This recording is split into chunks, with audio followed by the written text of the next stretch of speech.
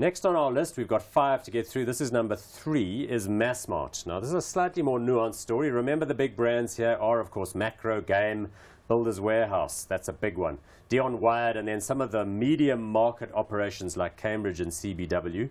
It's 51% still owned by Walmart, the world's largest retailer, American company, headquartered out of Bentonville, Arkansas. Everybody knows them. Market cap has drifted around a little bit, picked up in recent times to 34 billion rand. Quite a significant step down then from those two market leaders.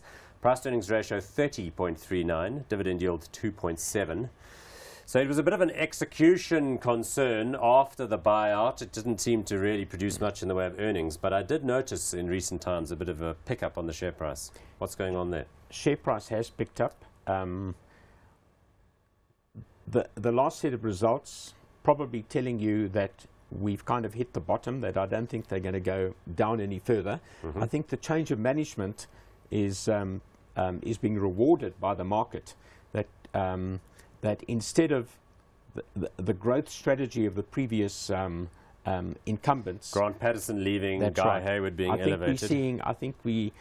I get the feeling the Americans probably may well have engineered something like this. Fix up the ship that you've got before you start doing anything else. And people kind of like that story because they have some of the best brands in the industry. Yep. All they really have to do is fix up what they've got. They don't have to buy anything else, and they don't even have to expand dramatically because there's a lot of benefit, value that can come out of fixing up what they've got, and that's what I think Guy and his current team are busy doing. So we know that Builders Warehouse division is doing spectacularly, and that's all good and well. We know that Macro, I think, continues to trade very well. The Game brand, though, wasn't doing all that well, and I don't know why they ended up with that one as their lead Africa brand strategy. But Foodco is another division which they're kind of experimenting. So how are those two things going? Game, particularly outside of South Africa and inside South Africa, and then the Foodco brand. Okay, Foodco, of course, lies inside the mass discounters, which division, which is where Game is located. Yep. You don't really know how Foodco is doing in terms of turnover. Turnover growth has been exceptionally good. The trouble is this, that the margins that you make on Foodco are a lot lower, a hell of a lot lower than what you would make on general merchandise, which is the other part, which is the main part of Game's business. So when Game reports numbers, the turnover numbers may not be that bad, but because an increasing component is food, there's obviously pressure on the gross margin and hence the lower profitability. What does concern me is if the economy, if wage increases are going to come under pressure later this year, that could affect the GM, the general merchandise component of the total retail market. And that, of course, could have an impact on Massmart. But we've got to counter that by looking at the other parts of Massmart. The building products division is an astonishingly good business, a really, really, really good business. And Macro continues, believe it or not, to shoot the lights out. It's very solid on the general, very solid on liquor sales as well, which is a big side of the business. Well, there's a debate between them and Spar as to who's the biggest liquor retailer in the country at the moment. I guess it doesn't really matter who it is, because all we do know is that Macro's liquor business is has got very good visibility, very good turnover, and very good profitability.